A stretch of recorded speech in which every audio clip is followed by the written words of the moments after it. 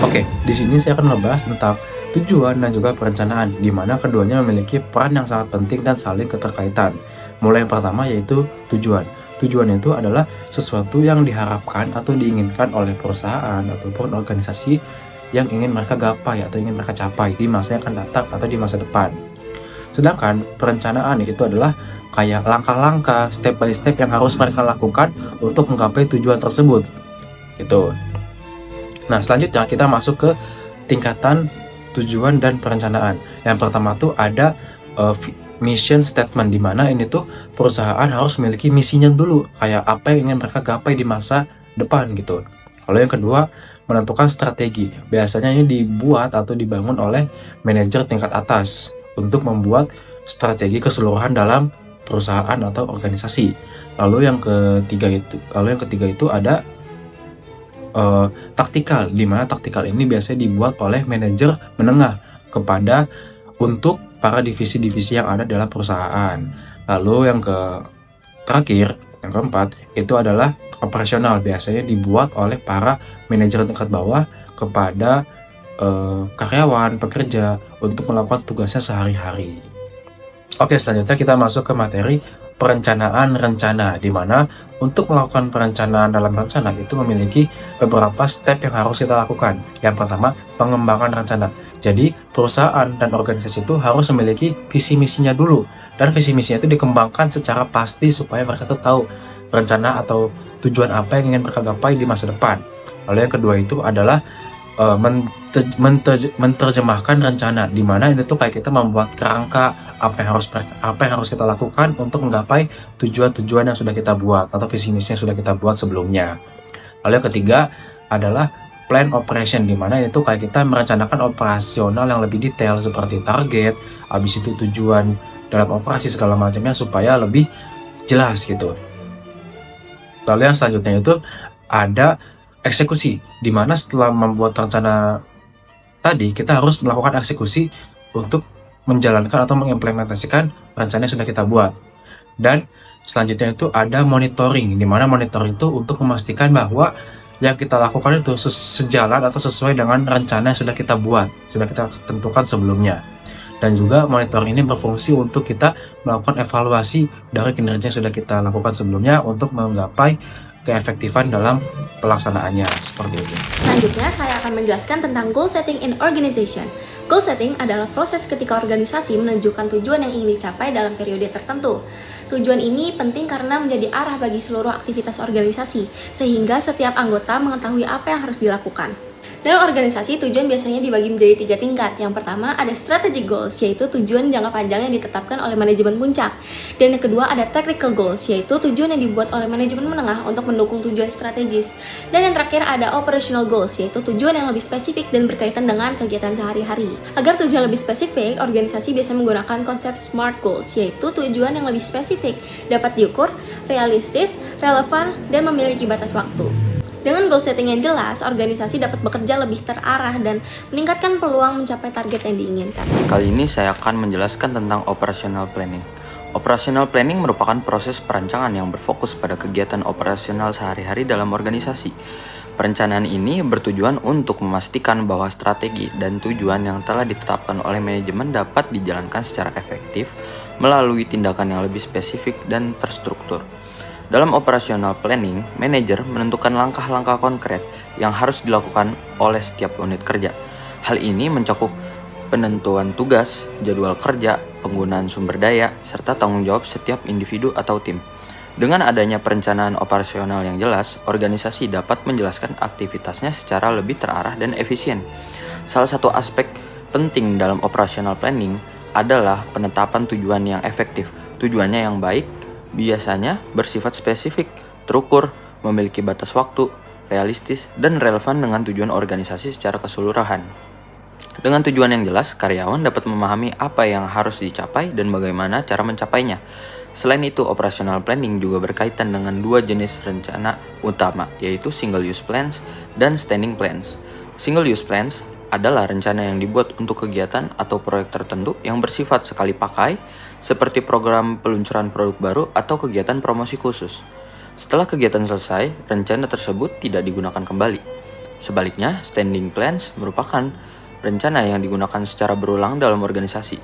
Contohnya adalah kebijakan perusahaan, prosedur kerja, dan aturan operasional yang menjadi pedoman bagi karyawan dalam menjalankan aktivitas sehari-hari. Melalui operational planning, organisasi dapat menerjemahkan strategi besar menjadi tindakan nyata di tingkat operasional.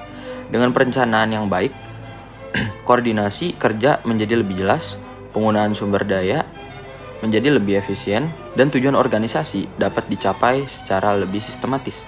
Oleh karena itu, operational planning menjadi bagian penting dalam manajemen, karena berperan sebagai jembatan antara strategi organisasi dengan pelaksanakan kegiatan sehari-hari di dalam perusahaan. Selanjutnya, saya akan menjelaskan mengenai benefit and limitation of planning, yaitu manfaat dan keterbatasan dari perencanaan dalam organisasi. Menurut Duff, perencanaan merupakan fungsi manajemen yang sangat penting karena membantu organisasi menentukan tujuan serta langkah-langkah untuk mencapainya. Yang pertama, kita bahas dari manfaat planning.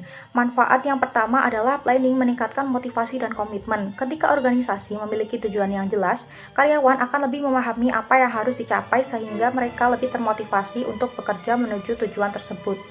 Manfaat yang kedua adalah planning membantu alokasi sumber daya. Perencanaan membantu manajer menentukan bagaimana membagi sumber daya seperti tenaga kerja, uang, dan peralatan agar digunakan secara efektif untuk mencapai tujuan organisasi.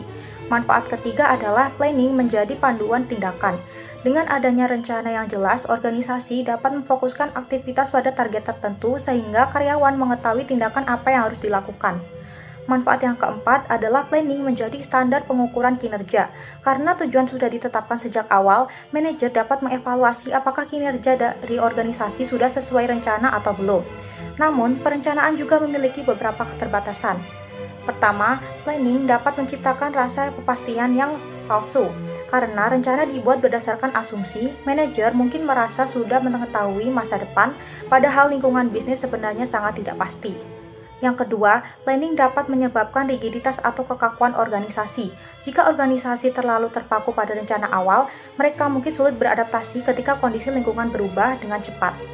Yang ketiga, planning dapat menghambat kreativitas dan intuisi. Terkadang, ide inovatif dari karyawan tidak digunakan karena tidak sesuai dengan rencana yang sudah ditentukan sebelumnya. Jadi, dapat disimpulkan bahwa planning sangat penting bagi organisasi, tetapi manajer tetap harus fleksibel agar rencana dapat menyesuaikan dengan perubahan lingkungan. Kali ini saya akan membahas materi TM6, sebuah planning for a turbulent environment atau perencanaan untuk lingkungan yang bergejolak. Nah, dalam lingkungan bisnis yang tidak pasti dan cepat berubah, perencanaan tradisional sering memiliki keterbatasan. Oleh karena itu, manajer perlu menggunakan pendekatan perencanaan yang lebih fleksibel dan inovatif.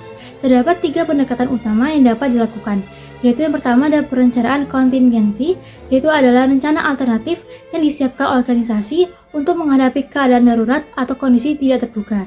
Nah, manajer mengidentifikasi faktor-faktor penting di lingkungan seperti penurunan ekonomi, kenaikan biaya, atau perubahan teknologi. Yang kedua, ada pembangunan skenario, adalah teknik peramalan dengan membayangkan berbagai kemungkinan masa depan berdasarkan tren dan perubahan yang ada. Biasanya, organisasi itu membuat beberapa skenario, mulai dari yang paling optimis hingga yang paling pesimis. Nah, yang ketiga, ada perencanaan krisis, yang bertujuan mempersiapkan organisasi menghadapi peristiwa yang tiba-tiba dan dapat mengancam kelangsungan organisasi. Nah, perencanaan ini memiliki 2 tahap utama. Yang pertama ada pencegahan krisis, yaitu upaya mendeteksi tanda-tanda awal krisis dan membangun hubungan baik dengan para pemangku kepentingan. Yang kedua ada prinsip krisis, yaitu membuat rencana penanganan krisis secara rinci. Kali ini saya akan membahas materi mengenai innovative approach to planning. Jadi innovative approach to planning adalah cara atau metode baru dalam membuat perencanaan yang lebih kreatif, fleksibel, dan adaptif terhadap perubahan lingkungan bisnis atau organisasi. Dan antara lain tujuannya yaitu menghadapi perubahan yang cepat, meningkatkan efektivitas pengambilan keputusan, mendorong kreativitas dan ide baru, dan juga meningkatkan keunggulan kompetitif organisasi.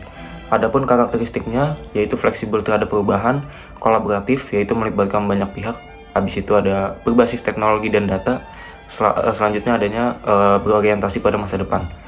Berikutnya adanya contoh pendekatan inovatif dalam perencanaan.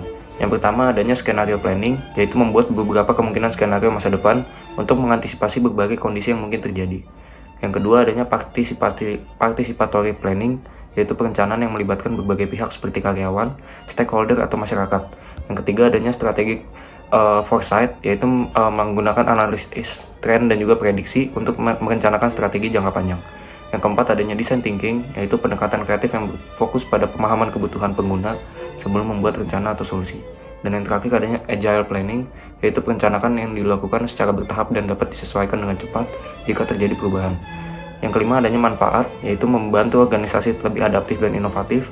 Yang kedua, adanya mengurangi risiko ketidakpastian. Yang ketiga, meningkatkan efisiensi dan kualitas keputusan. Lalu yang keempat, adanya mempercepat respon terhadap perubahan pasar atau lingkungan. Kesimpulan yang bisa diambil adalah pendekatan inovatif dalam perencanaan membantu organisasi membuat rencana yang lebih dinamis, kreatif, dan siap menghadapi perubahan sehingga dapat meningkatkan keberhasilan dalam mencapai tujuan. Oke, selanjutnya kita akan membahas tentang studi kasus, di mana studi kasus yang kami pakai itu adalah produk yang menjual minuman kopi dan minuman yang lainnya. Dan nama brand ini adalah Starbucks. Starbucks ini memiliki tujuan umum, yaitu untuk menginspirasi dan membangun hubungan dengan pelanggan melalui minuman kopi yang berkualitas. Nah, beberapa tujuan lainnya juga yang mereka miliki itu, salah satunya itu memperluas pasar global. Jadi mereka itu menjual atau membuka produk-produk mereka itu di negara-negara berkembang, salah satunya adalah di Indonesia.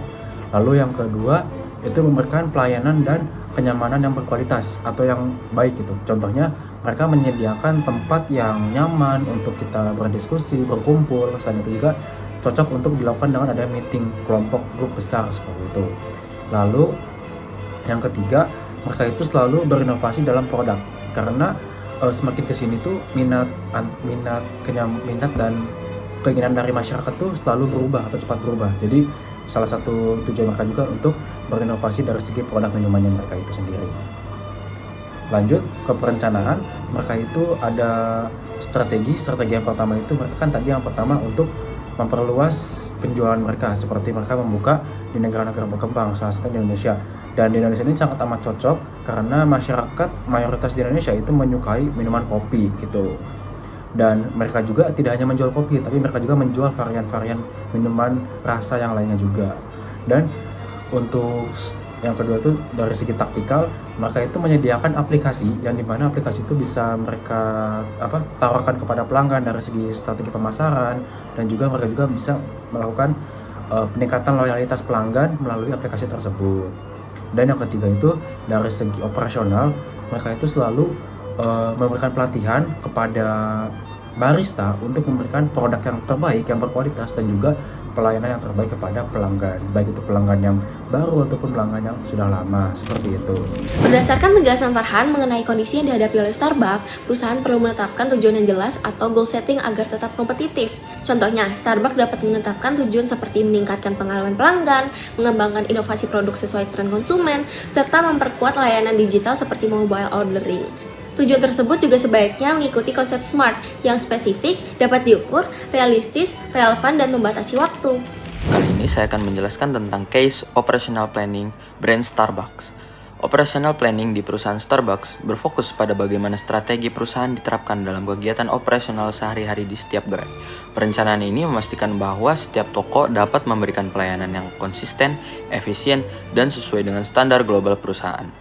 Salah satu contoh operational planning di Starbucks adalah pengaturan proses kerja di dalam toko, mulai dari penerimaan bahan baku, proses pembuatan minuman, hingga pelayanan kepada pelanggan. Setiap barista memiliki tugas yang jelas, seperti mengambil pesanan, meracik minuman, atau menyerahkan pesanan kepada pelanggan. Dengan pembagian tugas ini, proses pelayanan menjadi lebih cepat dan terorganisir. Selain itu, Starbucks juga melakukan perencanaan operasional dalam pengelolaan persediaan bahan baku seperti kopi, susu, dan sirup agar selalu tersedia tanpa terjadi pemborosan. Jadwal kerja karyawan juga diatur secara sistematis agar jumlah staf sesuai dengan tingkat keramaian pelanggan di waktu tertentu. Melalui operational planning yang terstruktur, Starbucks mampu menjaga kualitas produk, meningkatkan efisiensi kerja, serta memberikan pengalaman pelanggan yang konsisten di setiap gerai di seluruh dunia. Selanjutnya, saya akan menjelaskan bagaimana benefit and limitation of planning dapat terlihat pada perusahaan Starbucks. Sebagai perusahaan global di industri kopi, Starbucks sangat bergantung pada perencanaan strategis untuk mempertahankan pertumbuhan bisnisnya. Pertama, kita lihat manfaat planning pada Starbucks. Planning membantu Starbucks menentukan arah pertumbuhan perusahaan. Contohnya, melalui perencanaan strategis, Starbucks dapat memutuskan untuk memperluas pasar ke berbagai negara dan membuka ribuan gerai di seluruh dunia. Selain itu, planning juga dapat membantu Starbucks mengalokasikan sumber daya secara efektif, seperti menentukan investasi pada inovasi produk, pengembangan aplikasi digital, atau peningkatan pengalaman pelanggan di toko. Planning juga berfungsi sebagai panduan tindakan bagi karyawan. Misalnya, ketika Starbucks memiliki tujuan meningkatkan pengalaman pelanggan, maka berbagai aktivitas seperti pelatihan barista, desain toko, dan inovasi menu akan diarahkan untuk mendukung tujuan tersebut. Namun, Starbucks juga dapat menghadapi keterbatasan planning. Salah satu keterbatasannya adalah ketidakpastian lingkungan bisnis, perubahan tren konsumen, persaingan dengan coffee shop lokal, atau kondisi ekonomi dapat membuat rencana jangka panjang menjadi kurang relevan. Selain itu, perencanaan yang terlalu kaku dapat menghambat kreativitas dan inovasi jika Starbucks terlalu fokus pada rencana yang sudah ada. Perusahaan mungkin kurang responsif terhadap ide baru atau perubahan selera konsumen. Oleh karena itu, perusahaan seperti Starbucks perlu melakukan perencanaan yang fleksibel sehingga mereka dapat menyesuaikan strategi ketika kondisi pasar berubah. Dengan demikian, meskipun planning memberikan banyak manfaat bagi organisasi, perusahaan tetap perlu mengelolanya secara adaptif agar tidak menjadi hambatan bagi inovasi dan juga perubahan. Nah, selanjutnya yaitu bagaimana sih Starbucks ini dapat beradaptasi dengan perubahan pasar dan tren konsumen yang cepat. Starbucks itu memiliki beberapa strategi utama. Yang pertama adalah inovasi produknya. Starbucks secara rutin memperkenalkan menu baru yang mengikuti tren konsumen, seperti minuman musiman, pilihan minuman berbasis nabati, serta varian kopi baru. Hal ini membantu menarik pelanggan dan menyesuaikan diri dengan selera pasar yang berubah. Yang kedua adalah pemanfaatan teknologi digital. Starbucks menggunakan aplikasi mobile untuk pemesanan, pembayaran, dan program loyalitas. Dan yang ketiga adalah menyesuaikan strategi pemasaran, yang dimana Starbucks ini aktif mengikuti tren gaya hidup dan media sosial untuk menarik pelanggan terutama generasi muda. Nah, kampanye pemasarannya sering disesuaikan dengan budaya lokal dan tren yang sedang populer. Nah, yang keempat ada fleksibilitas modal bisnisnya. Starbucks juga menyesuaikan konsep toko seperti drive-thru, pick-up store, atau layanan pesan antar agar lebih sesuai dengan perubahan perilaku konsumen yang menginginkan kecepatan dan kemudahan. Kali ini saya akan membahas mengenai pendekatan perencanaan inovatif untuk Starbucks. Dalam menghadapi masa depan bisnis yang terus berubah, Starbucks perlu menggunakan pendekatan perencanaan yang inovatif agar tetap kompetitif di industri kopi global. Pendekatan ini membantu perusahaan beradaptasi dengan perubahan teknologi, tren konsumen, dan juga persaingan pasar. Adanya pendekatan perencanaan inovatif untuk Starbucks yang pertama, adanya skenario planning, yaitu Starbucks dapat membuat beberapa skenario masa depan seperti perubahan tren minuman, kenaikan harga bahan baku kopi, atau perubahan perilaku konsumen. Dengan skenario ini, perusahaan dapat menyiapkan strategi yang tepat untuk berbagai kemungkinan. Yang kedua, adanya customer centered planning, yaitu Starbucks fokus pada kebutuhan dan pengalaman pelanggan, misalnya dengan inovasi menu, personalisasi pesanan melalui aplikasi, dan peningkatan pengalaman di toko.